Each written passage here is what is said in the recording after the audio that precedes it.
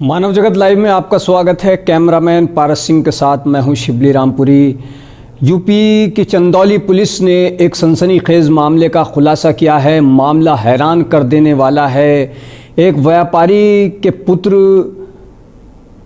के अपहरण के बाद उसकी फिरौती की मांग की जाती है। पुलिस जांच में जुट जाती है। उसके बाद जो सामने आता है वो काफ़ी चौंका देने वाला है। मामला चंदौली सदर कोतवाली के बिछिया कला गांव का है। गांव का रहने वाला सिद्धार्थ जायसवाल 15 सितंबर को अपने घर से लापता हो जाता है। घर वालों ने पहले खुद सिद्धार्थ को काफ़ी तलाश किया, रिश्तेदारों में तलाश किया, जहां जहां पर संभावित जगह थी कि वो जाता था, जिन लोगों से मिलता था वहाँ पर तलाश किया, उसको काफ़ी खोजा, मगर उसका कुछ पता नहीं चला। जब कोई उसका अता पता नहीं मिला तो परिजनों ने पुलिस में इसकी शिकायत की। 17 सितंबर को 15 सितंबर को लापता हुआ था। 17 सितंबर को सिद्धार्थ के मोबाइल से उसके छोटे भाई के पास एक मैसेज आया जिसमें लिखा था कि सिद्धार्थ का अपहरण कर लिया गया है, साथ ही फिरौती की मांग भी की गई थी। अब पुलिस इस मामले की जांच में तो पहले ही जुटी थी। अचानक से फिरौती का फ़ोन आया और फिरौती 20 लाख रुपए की मांगी गई थी। सिद्धार्थ के पिता की चंदौली में जनरल स्टोर की दुकान है। जाने माने व्यापारी के बेटे के अपहरण का मामला सामने आने के बाद पुलिस भी फौरन हरकत में आ गई थी। पुलिस ने कई टीमें बनाकर इस मामले की जांच पड़ताल शुरू की और पुलिस इस मामले में जुट गई कि आखिर किसने उसको अगवा किया है। व्यापारी का बेटा सिद्धार्थ, जिसकी उम्र 20 साल, 15 सितंबर को गायब हुआ। 17 सितंबर को फिरौती के लिए कॉल आती है। पुलिस की टीमों ने अपनी जांच पड़ताल शुरू कर दी और तेज़ी कर दी गई। कॉल आने के बाद पुलिस ने फ़ोन सर्विलेंस पर लगा दिया।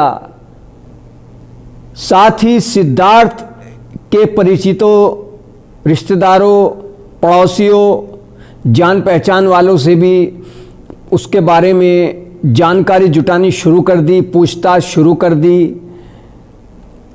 पुलिस सिद्धार्थ के दोस्तों से भी पूछताछ कर रही थी। जांच पड़ताल के दौरान सिद्धार्थ के दोस्त अमित से जब पुलिस ने पूछताछ की तो वो कुछ इस तरह की बातें करने लगा कि पुलिस को उस पर शक हो गया कि हो ना हो इस अपहरण और फिरौती जो मांगी गई उसमें इसका कुछ ना कुछ रोल ज़्यादा है। पुलिस को लगने लगा कि जिस तरह से सिद्धार्थ लापता हुआ और फिर उसके बाद अपहरण की कॉल आई और फिरौती की मांग की गई तो इसमें किसी परिचित या अपने का हाथ ज़रूर है। तो पुलिस ने जब उसके मित्र अमित से पूछताछ की तो अमित की बातों को सुनकर पुलिस को अमित पर कुछ शक हुआ और पुलिस ने जब अमित से इस बारे में और पूछताछ की तो वो इधर उधर की बातें कर पुलिस को गुमराह करने लगा, जिससे पुलिस का शक उस पर और गहरा हो गया और फिर पुलिस ने उससे कड़ाई से पूछताछ की तो जो कहानी उसने बताई वो हैरान कर देने वाली थी। मामले का खुलासा पुलिस ने सनसनीखेज किया। हैरत अंगेज ये मामला। जब पुलिस ने अमित से पूछताछ की और अमित एक के बाद एक कहानी सुनाता चला गया तो वो कुछ इस तरह से थी कि जिस दिन सिद्धार्थ घर से लापता हुआ था उस दिन सिद्धार्थ और उसका दोस्त अमित साथ में बैठकर शराब पी रहे थे और उस वक्त अमित का छोटा भाई भी वहां मौजूद था। शराब पीने के दौरान अमित ने सिद्धार्थ को कहा कि वो उसके लिए सिगरेट लेकर के आए, लेकिन सिद्धार्थ ने कहा कि वो सिगरेट नहीं लाएगा। इसी बात को लेकर दोनों में कहासुनी हो गई। पहले उनमें बहस हुई और वो दोनों फिर झगड़े पर आमादा हो गए। अमित और सिद्धार्थ में बहस के बाद मारपीट होने लगी। इसी दौरान अमित और उसके भाई ने मिलकर चाकू से सिद्धार्थ पर हमला कर दिया और उसकी हत्या कर दी गई। अब सिद्धार्थ की डेड बॉडी को प्लास्टिक की पन्नी में लपेटकर अमित और उसके छोटे भाई ने अपने घर के पीछे अहाते में दफना दिया और इस मामले का पता न लगे, उनके इस खतरनाक जुर्म का पता न लगे कि उन्होंने कत्ल कर दिया है। तो हत्यारोपियों अमित और उसके भाई ने मामले को डाइवर्ट करने के लिए 2 दिन बाद अमित जो है यूपी बिहार के बॉर्डर पर जाता है और सिद्धार्थ के मोबाइल से आवाज बदलकर सिद्धार्थ के छोटे भाई से बात करता है और कहता है कि सिद्धार्थ को अगवा कर लिया गया है और वहां से वो फिरौती की मांग करता है।